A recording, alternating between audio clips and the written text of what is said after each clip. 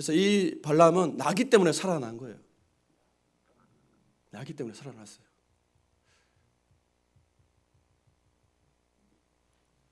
눈을 열자 하나님의 사자가 보게 되고 하나님이 원치 않는 것임을 알게 됩니다. 그래서 이제 그러면 하나님께서 여호와의 사자가 그렇게 말을 하죠. 우리 32절 읽어보겠습니다. 시작. 여호와의 사자가 그에게 이르되 너는 어찌하여 내 나귀를 이같이 3번 때렸느냐. 보라, 내 앞에서 내 길이 사악함으로 내가 너를 막으려고 나왔더니 나귀가 나를 보고 이같이 3번을 돌이켜 내 앞에서 피하였느니라. 나귀가 만일 돌이켜 나를 피하지 아니하였더라면 내가 벌써 너를 죽이고 나귀는 살렸으리라. 나는 너를 죽이고 나귀는 살렸을 것이다. 이렇게 여호와의 사자가 말을 하는 거죠. 우리의 눈이 감기면 이게 생명의 길인지 죽음의 길인지 모르고 가는 거예요.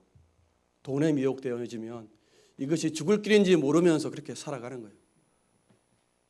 여러분, 돈을 쫓아가고 여러분의 욕심과 미혹의 길을 쫓아가면 그게 좋아 보이지만 이게 죽음의 길인 거예요. 그걸 하나님께서 여러 번 여러분 가운데 우리 경고하고 막아서는데 그걸 우리가 못 알아듣고 계속 가는 거예요. 멸망의 길로 가는 거예요. 그런데 오늘 발람이라는 선지자는, 발람이라는 무당은 누가 있어서 충직한 당나귀가 있어서 당나귀 때문에 살아난 거예요. 이런 나귀를 여러분 키우시기를 축복합니다. 이런 나귀를 여러분 키우셔야죠. 이런 강아지를 여러분 키우셔야죠.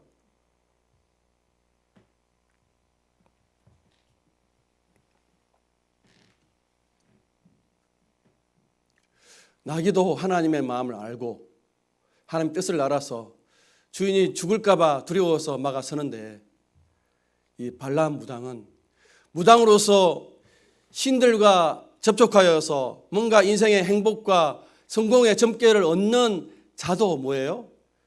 진짜 하나님을 보지 못하는 영적인 소경인 거예요. 눈이 가려 있는 거예요.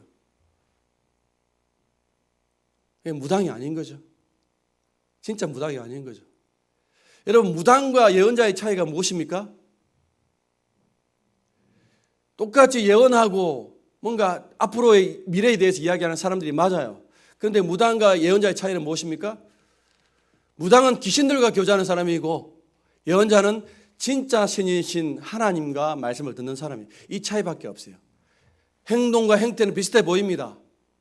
무당도 예언자처럼 신자처럼 그렇게 하죠. 그런데 그들의 차이가 뭔지 아십니까? 귀신들과 하는 거예요. 마귀들과 그렇게 하는 거예요. 그런데 하나님께서 성경에 보면 이런 마귀의 행동들을 허락하셔요. 물론 하나님 백성들, 이스라엘 민족들은 그 마귀들의 행동이라든지 무당들을, 신접한 자들, 박수 무당들을 살려주지 원치 않으셨지만 하나님께서 이스라엘 민족과 아니면 우리 사람들에게 시험하는 내용이 나와요. 혹 무당이, 신접한 자가 이적과 기적을 행하여서 기적과 이적과 기적을 행할 수 있다고 말합니다. 무당도 점괘가 좋은 점괘가 나와서 어떤 이적과 기적을 행할 수 있다. 그런데 이 무당들은 하는 일이 무엇입니까? 이 점괘를 통해서 우리가 하나님이 아닌 다른 신들, 다른 우상들 섬기기 위해서 그렇게 하는 거예요. 하나님이 우리를 시험하기 위해서 어떤 무당들, 악한 영들에 의해서 이적과 기적을 행하여서 아주 영원한 점괘를 내는 경우가 있어요. 여러분의 앞날과 여러분의 과거의 일들을 알아차리는 그런 일들을 할 수 있습니다. 놀랍지요? 그런데 그런 점괘를 통해서 여러분들 예수님께로 인도하지 아니하고 다른 것들로 인도하는 자들은 다 누구예요? 무당이고 하나님이 우리를 시험하기 위해서 그렇게 이적과 기적들을 행하시는 거예요. 무당들도 힘이 있습니다. 어떤 무당들은 뭐예요? 작두를 타잖아요. 그 시프라는 작두기를 맨발로 걸어가잖아요. 벗어 신고 걸어가잖아요. 무당 나름 힘이 있습니다. 그런 힘과 이적과 기적을 행할 수 있는 왜 주셨느냐? 여러분들을 시험하려고 그렇게 하는 거예요. 내가 이 점괘를 통하여서 용하니까 현혹하여서 하나님께로 가야 할지 아니면 하나님이 아닌 다른 길로 갈지 그것을 시험하려고 그렇게 한다는 거예요. 그러니까 이적이 있다고 기적이 있다고 여러분 속지 마십시오. 무당이 점괘가 좋다고 해서 속지 마십시오. 각을 안다고 해서 속지 마십시오.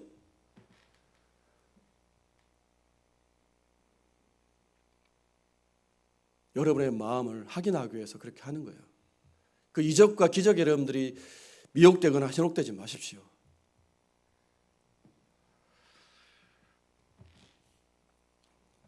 여러분의 내일이 궁금하십니까? 우리의 내일, 우리의 미래는 이미 정해져 있습니다. 우리의 미래와 우리의 내일은 어떻게 정해져 있습니까? 여러분의 미래와 여러분의 내일은 어떻게 정해져 있습니까? 이미 천국으로 정해져 있습니다. 여러분 예수 믿으면 할렐루야. 천국이 정해져 있는데 무엇에 대해서 미래에 대해서 고민하십니까? 염려하십니까? 여러분은 이미 예수 믿음으로 죽지 않아요. 분명한 미래가 있는데 어떤 더 미래를 알고 싶으십니까? 이보다 더 확실한 미래가 어디 있습니까? 그러니까 그런 무당의 말에 여러분 현혹되지 마십시오. 여러분 무당의 이 미혹에 여러분들이 못 이깁니다. 무당의 말은 다 옳아요. 무당이 시키는 대로 부적을 해서 300만 원 주고 부적을 해서 했습니다. 그럼 안 좋은 일이 생겼습니다. 여러분 따지러 갈 거 아니에요? 어떻게 따지겠습니까? 300만 원짜리 부적을 샀는데 왜 점괘가 안 좋습니까? 왜 안 됩니까? 그럼 무당들이 어떻게 말합니까? 1000만 원짜리 사라고. 너희가 부정해서 그래. 부정해서 그래. 그러면 아무 말도 못해요. 뭐 어떻게 해야 됩니까? 더 비싼 거 사면 되지. 1000만 원짜리 사게 하는 거예요. 무당에 여러분 무당도 다 여러분의 그 말을 대해 반박할 수 있는 그런 나름 논리와 다 있어요.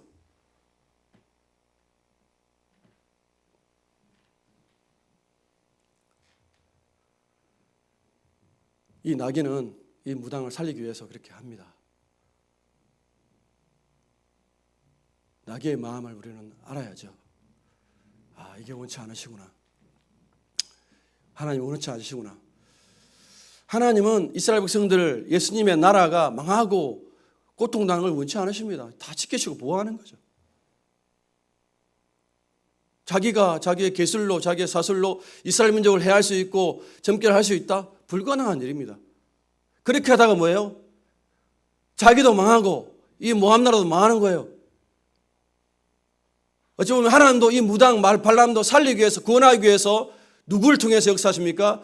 자기 나귀를 통해서 역사하는 거예요. 하나님은 어떤 죄인도 어떤 악한 사람도 심지어 무당도 죽는 걸 원치 않으십니다. 하나님은 살리기 원하시고 구원하기 원하는 것이 하나님의 마음이에요. 그 하나님의 마음을 지금 누구를 입을 통해서 알려주는 거예요? 나귀의 입을 통해서 그 자기의 주인에게 알려주시는 거죠. 하나님은 한 영혼도 죽기 원치 않으십니다. 다 구원하기 원하는 것이 하나님의 마음이에요. 심지어 악한 자를 알지라도.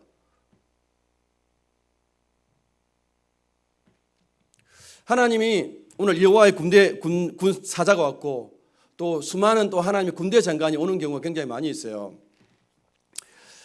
창세기 보면 야곱이 그 외삼촌에 갔다가 10년 동안 20년 동안 고생하다가 결국 하나님의 은혜로 말미암아 이제 가족도 생기고 많은 이제 소와 양떼를 얻어 돌아오잖아요.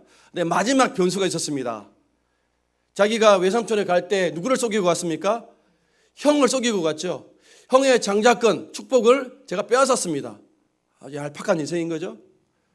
그래서 에서가 벼르고 있었습니다. 이놈 오기만 해봐.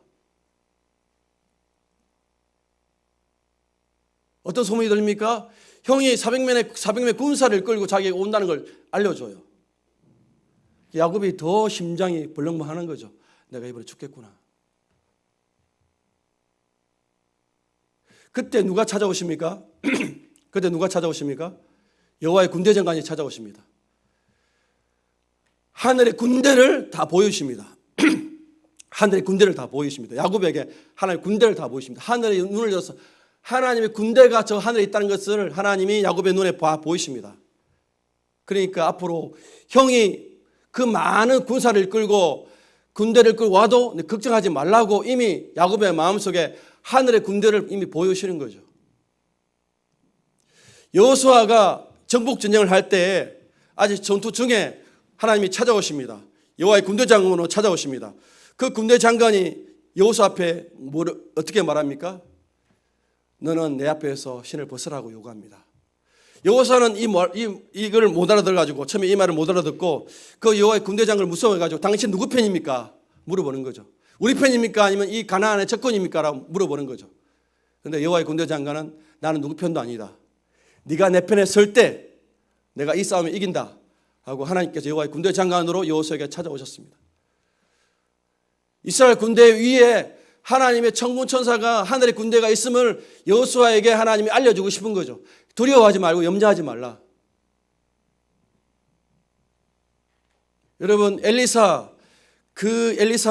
쳐들어오는 아람에, 왜냐하면 엘리사가 워낙 그냥 무당이 아니에요. 하나님과 교제하는 사람이기 때문에 자기 북이스라엘을 구하기 위해서 그 아람 군대가 쳐들어오면 왕에게 전령을 보내가지고 이쪽 강원도 쪽으로 쳐들어옵니다. 빨리 군대를 대비하십시오라고 하니까 아람 군대가 쳐들어오지 못하는 거예요. 이제는 서해안 쪽으로 옵니다 하고 또 군대를 보내게 하는 거예요.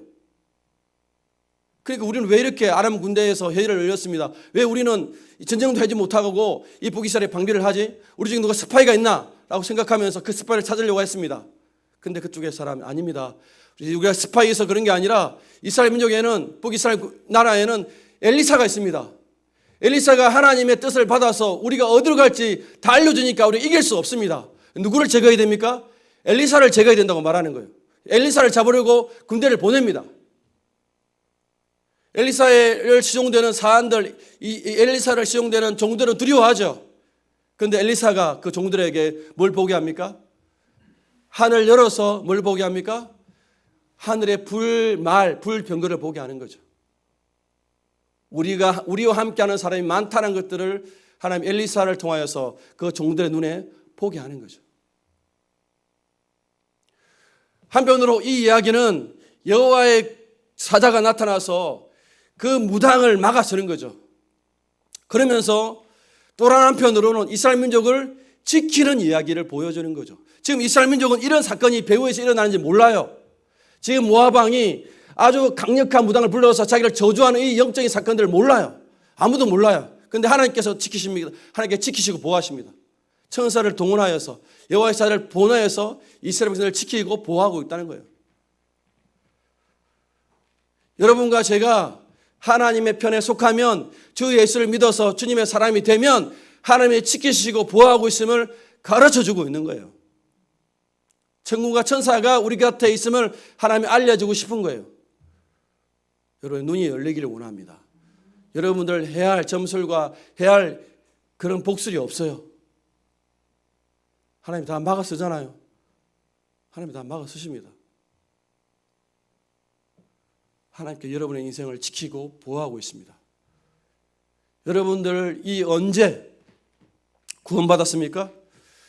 여러분이 죄인 되었을 때, 여러분 원수 되었을 때에, 여러분이 경건하지 않을 때 하나님이 여러분들을 구원했습니다. 여러분이 회개했고 개척교회 생겼기 때문에 구원한 게 아니고 여러분이 죄인 되었을 때, 원수 되었을 때, 경건하지 않을 때 그때 하나님은 우리를 구원하고 우리를 사랑하기를 작정하시고 약속했습니다.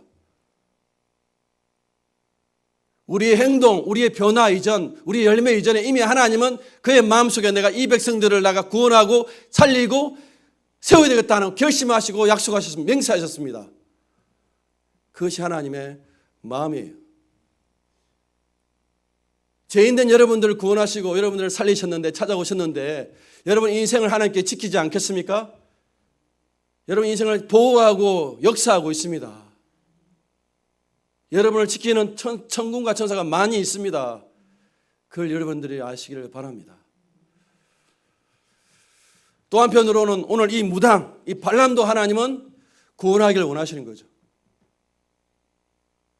이 악한 자하고 하나님 나라를 몰라하고 예수님의 나라를 몰랐던 이 자도 하나님은 구원하기를 원하시는 거예요. 구원하기를 원하셔요. 그래서 하나님께서 나귀의 입을 통해서 나귀의 마음을 열어서 이들을 구원하기 원하는 거죠. 발람을 구원하기 원하는 거죠.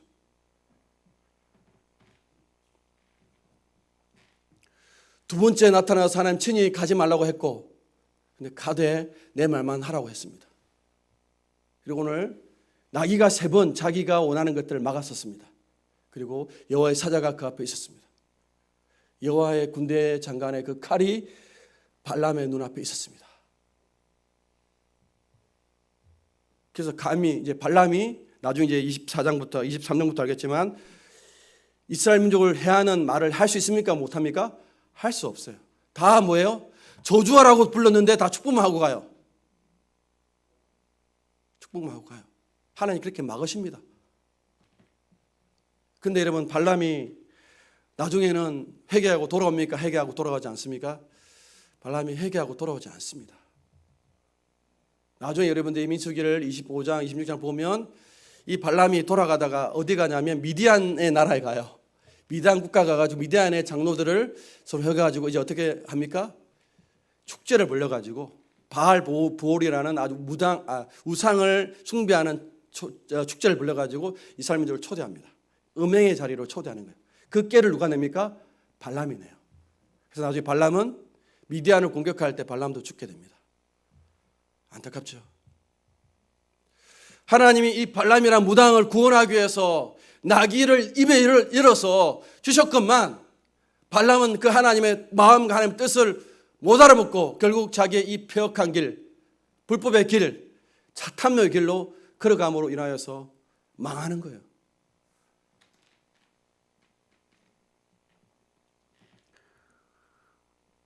그러니까 하나님은 그 발람이란 무당도 또 우리 옛날에 출애굽기 보면 이 바로 왕도 구원하기 원하시는 거죠.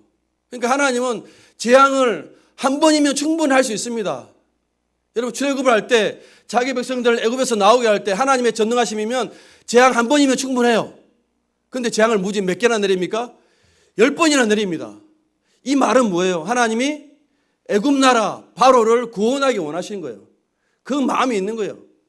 그런데 이 구원하기 원하는 하나님 아버지의 마음을 외면하고 계속 완악한 것이 바로였습니다. 지금 발람이었다는 거예요. 여러분과 제가 하나님의 마음을 모르면 이런 멸망의 길로 나가게 되는 거예요. 여러분과 제가 하나님의 마음을 알면 생명의 길로 돌아오게 되어 있습니다. 여러분과 제가 하나님의 아버지의 마음을 알게 되면 구원의 길, 생명의 길로 나오게 되어 있습니다. 여러분들은 주님의 마음을 알고 계십니까? 여러분은 주님의 마음을 알고 계십니까?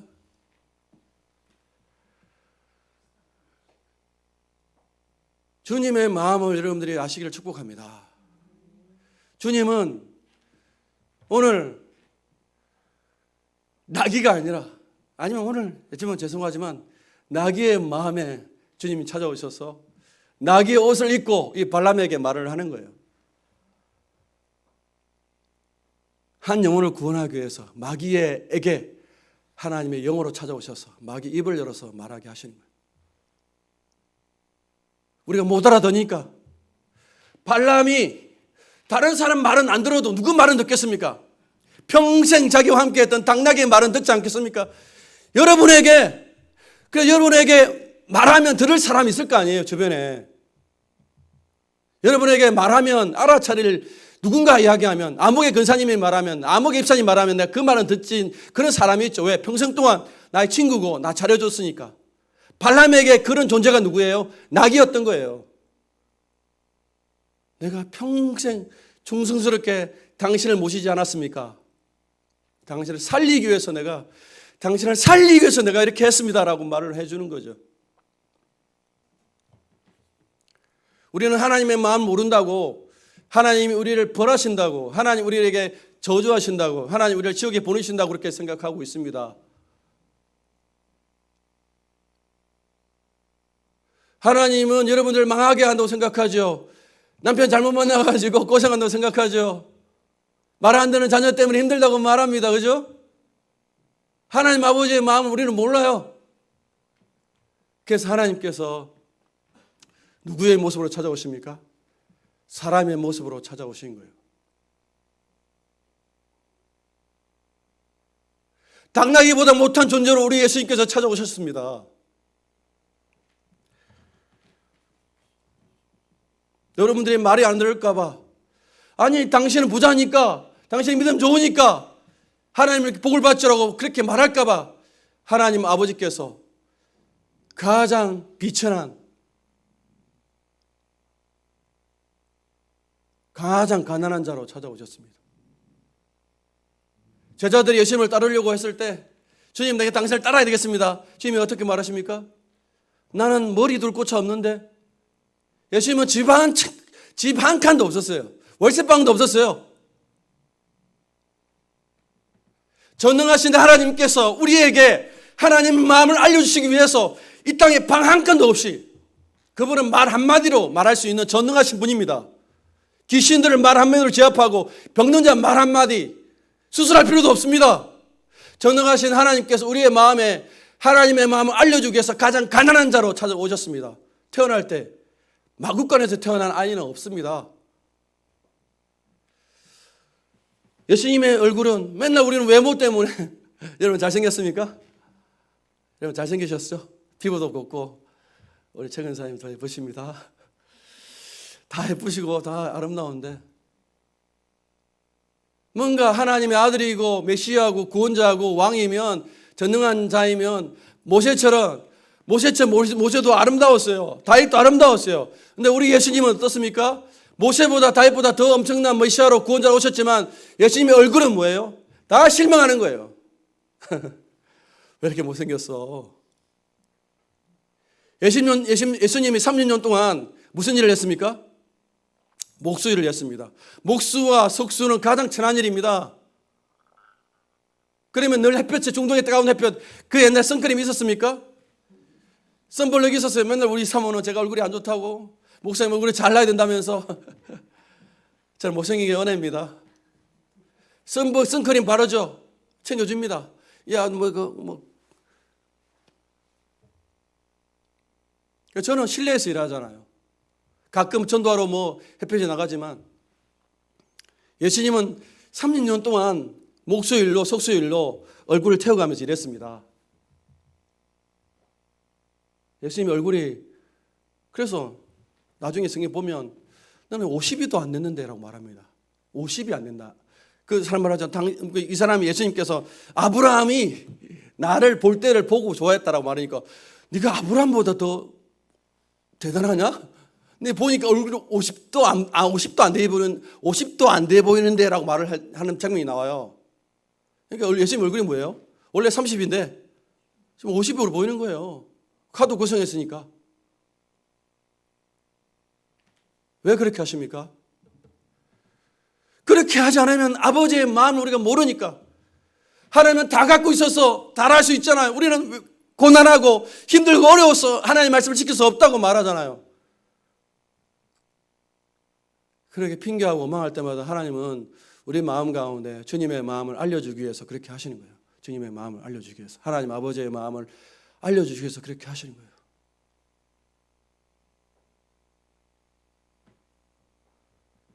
하나님 아버지의 마음은 무엇입니까? 하나님 아버지의 마음은 죄인들을 사랑하신다는 거예요. 하나님 아버지의 마음은 죄인들을 사랑하시는 거예요.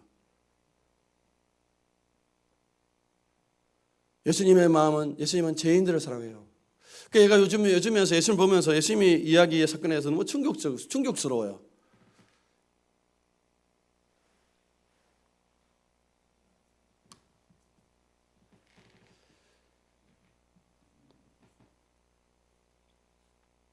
예수님은 성도들 정죄하고 판단하는 성도들한테 거룩하게 살라고 말하는 이 목사들 모임에 가서는 목사들 저주해 버립니다. 근데 교회 오기 힘든 분들 있잖아요. 술 마시고 아내 때리고 도박하고 게임에 중독 빠져 있는 그 사람들을 예수님이 찾아가시는 거예요. 여러분 있을 수 있는 일입니까? 예수님의 행동이 지금 보면 우리가 이해가 안 돼요.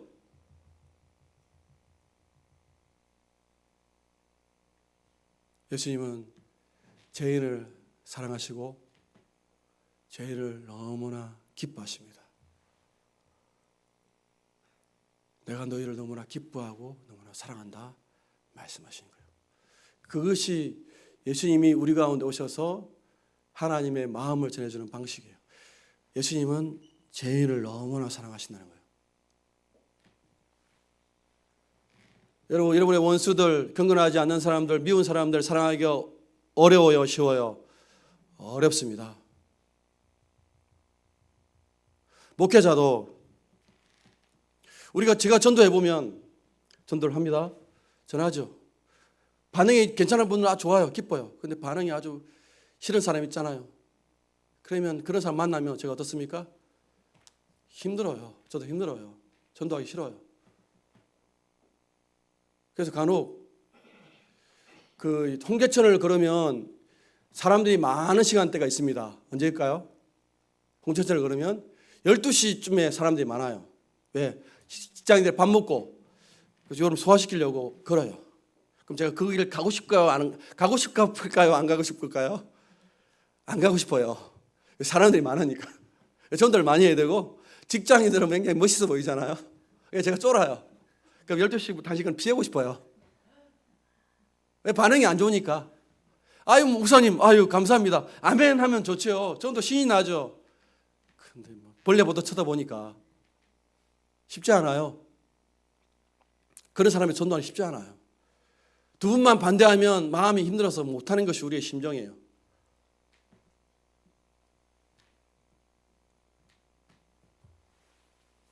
저도 목회자로서 여러분에게 어떤 하나님의 마음을 전하고 하나님의 말씀을 전하면서 참 안타깝 때가 참 많아요. 여러분들에게 하나님 마음을 모르는 고생한 여러분들의 모습이 참 안타깝습니다. 정말 진심으로 안타까워요. 여러분 정신 차리시길 바랍니다. 진심으로 부탁드립니다. 주소를 정확하게 알고 가셔야죠. 여러분 다 지금 눈이 감겨 있어가지고 못 보는 거예요. 오늘 무당 이 발람처럼 나름 제가 하나님 마음으로 여러분 전했지만 안 듣잖아요.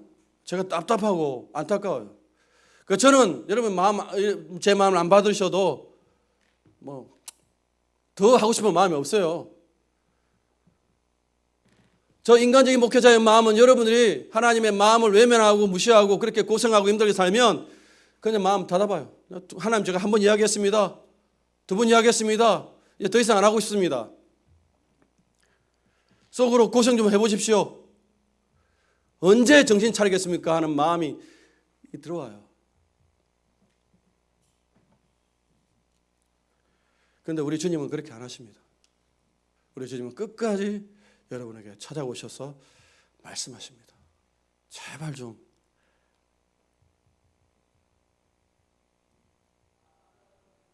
좀 나에게 돌아오라고 말씀하십니다. 나에게 돌아오라고 그래서 말씀하십니다. 이게 주님의 마음이에요. 주님의 마음. 여러분 제가 하도 그럼 예수님이 죄인을 사랑한다고 하니까 예수님이 누구를 사랑하신다고요? 죄인을 사랑한다고 하니까 여러분들이 좀 의식적으로 그렇게 고백해요. 죄인 아닌데 죄인으로 고백해요. 여러분 그렇게 하지 마십시오. 하도 이제 그동안 이제 3개월 들었기 때문에 여러분들 이제 자기 스스로는 죄인이 아닌데 만 죄인으로 고백해야 될 것 같은 마음이 들 때가 있어요.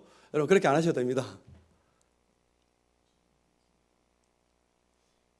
왜냐하면 아직 우리는 우리 죄의 깊이 비참함을 몰라요.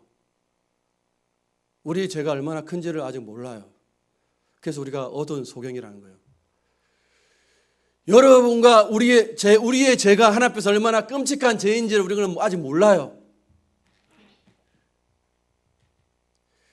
여러분이 죄송하지만 여러분들이 오늘 이 예배에 하나님으로 이곳에 임재했다면 여러분의 찬양을 여러분 받을 수 있겠습니까? 여러분이 하나님이라면 여러분의 찬양의 고백을 하나님 받으시겠습니까? 우리의 찬양이 하나님께 다 올라간다고 착각에 빠져있고 찬양할 때 딴 생각하고 기도할 때 딴 생각하고 말씀드릴 때 딴 생각하죠. 이곳에 찬양하신 하나님이 계시다면 그 예배를 하나님 받으시겠습니까? 여러분이 하나님이라면 지금 이 카페에 와가지고 테이블에 있는 남편이 나를 바라보지 않고 딴 생각하는 걸 다 보이는데 그 남편의 말이 여러분의 마음에 들어오는 것들이 느끼시겠습니까? 근데 우리가 하나님께 무슨 예배를 드렸다고요? 무슨 찬양을 드렸다고요? 무슨 기도를 드렸다고요? 예수님이 우리에게 무엇을 원하는 기도인지를 모르면서 어떤 찬양을 고백하는지 모르니 여러분이 지금 하나님 입장이 되어서 한번 보세요. 여러분이 하나님 되어서 여러분의 회중의 성도들이 낭전의 백성들이 와서 찾아왔는데 찬양하는 그 모습, 말씀 듣는 그 모습을 보세요. 제 같아도 불이 나는데 죄송하지만 제 같아도 불이 나는데 그건 여러분 반에 저 자신도 마찬가지예요. 찬양할 때 진심을 다해 찬양 못하는 저 자신 때문에 제가 불이 나는데 하나님이 우리의 찬양과 우리의 기도 받을 수 있겠습니까? 아직 우리는 우리의 죄의 깊이와 크기를 모르기 때문에 살아가는 거예요. 여러분이 하나님 입장에 한번 대 보십시오. 여러분 오늘 이 예배당에 한국교회 한번 찾아가가지고 여러분 한번 보십시오. 그 예배를 하나님께서 받으실 수 있는지. 우리 하나님은 무당이 아닙니다. 우상이 아닙니다. 내가 지식이 부족하니까 좀 기도해가지고 지식 주세요. 지혜 주세요. 공부하는 실력이 부족하니까 좀 도와주세요. 내가 사업이 안 되니 좀 도와주십시오.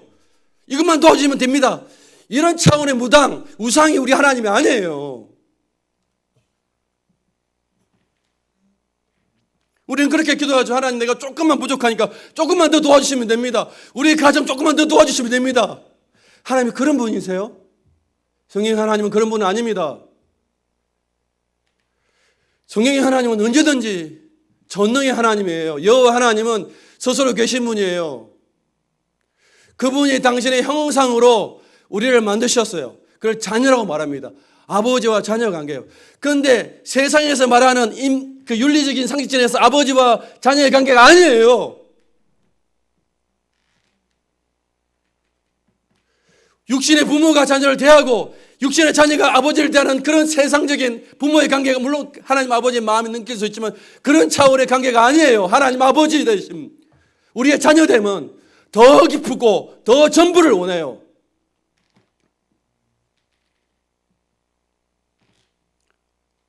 하나님이 그냥 여러분 필요하니까 사탕 하나 주고 선물 하나 주고 그 만족하는 신으로 여기십니까? 그건 하나님 아니에요. 그건 우상이에요.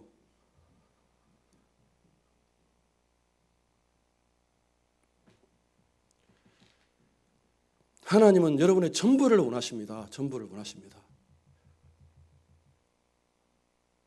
하나님은 여러분의 전부를 원하십니다.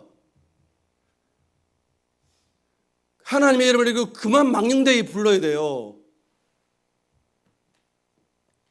하나님이 여러분 우리 사업 하나 잘 되게 해주는 분이 전능하신 하나님이십니까? 식당 잘 되게 해주는데 목숨 거신 하나님이십니까?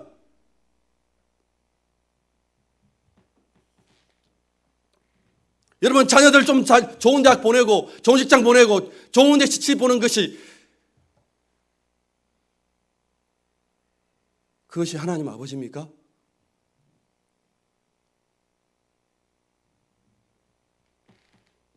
하나님이 그걸 안 들어주는 이유가 있습니다. 하나님이 그걸 안 들어주는 이유가 그게 여러분 행복하지 않아요. 그게 행복하지 않기 때문에 하나님은 처음에는 여러분 어릴 때 우리가 신앙이 어릴 때는 들어주시죠. 그런데 크면 그게 행복이 아니기 때문에 하나님이 안 들으셔요. 근데 이 마음도 모르면서 계속 도와달라고 하는 거예요. 우리는 하나님 아버지의 마음을 모릅니다. 주님의 마음을 모릅니다. 제가 3개월, 한 4개월 지나면서 예수님을 더 안다고 고백하죠. 더 모르는 거예요. 더 모르는 게 더 많아요. 주님의 마음을 너무나 몰라요, 제가.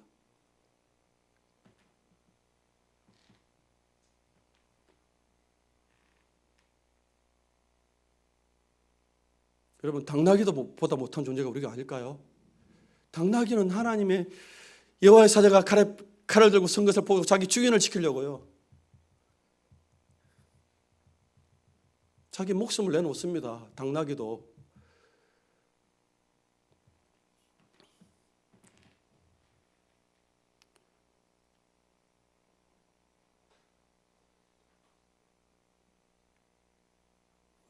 하나님이 전능하신 분이어서 택한 백성들 자녀들의 인생과 삶의 그 공부와 어려움을 모르시겠습니까?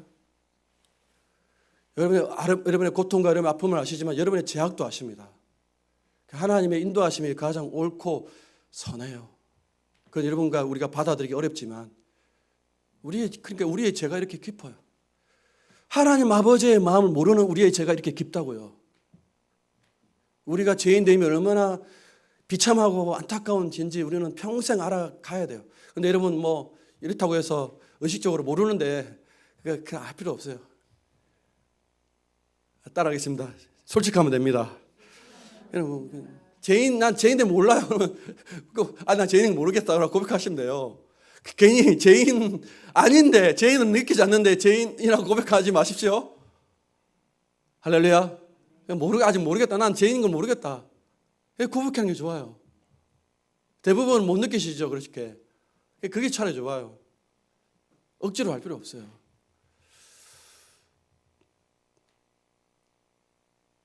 여러분과 제가 이제 신앙생활 하면서 우리의 죄인됨의 깊이를 더 깊이 알아가게 돼 있어요. 우리 신앙생 여정은. 그리고 또 하나는 인생의 모든 순간이 하나님의 은혜라는 것들을 고백할 때 고백하는 거예요. 이게 진짜 행복이에요. 여러분이 정말 매 순간을 나의 모든 것이 하나님의 은혜라고 고백할 때 이게 진짜 행복이 여러분 마음에 들어오는 거예요. 나의 삶의 모든 것이 다 은혜구나.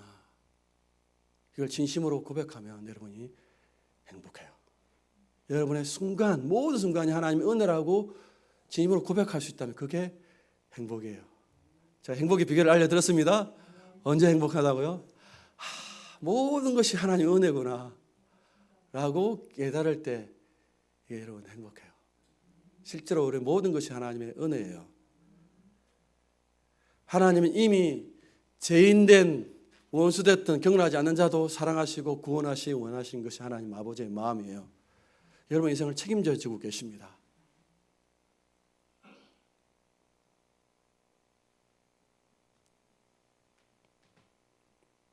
하나님 주님께서 책임져 오고 계십니다. 주님께서 여러분들 붙잡고 계십니다.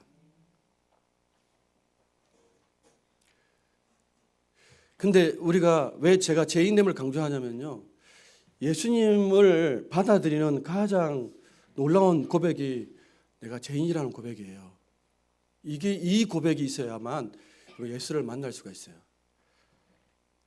그래서 제가 여러분 강조할 뿐이에요. 근데 여러분들 이걸 못 느끼면 괜찮아요. 그냥 여러분 이것만 아시면 돼요. 예수님이 죄인들을 사랑하신다는 것만 아시면 돼요. 아시겠죠? 예수님이 죄인들을 사랑하시고 죄인들을 위해서 죽으셨다는 것만 아시면 돼요. 그 죄인들을 다 책임지셨다는 것만 그냥 알고 있으면 돼요. 그럼 오늘날 여러분들의 인생 가운데 하나님께서 알려주시고 깨닫게 해주십니다.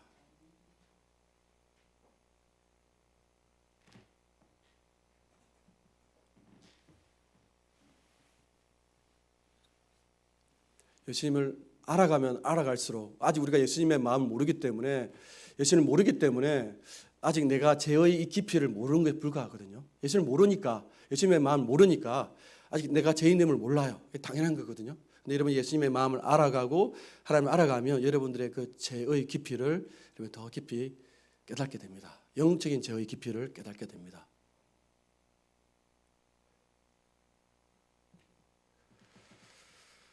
주님의 마음을 알려달라고 여러분 기도하시고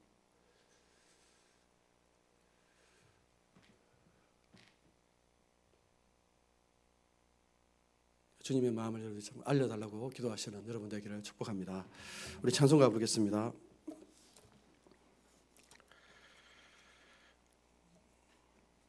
390장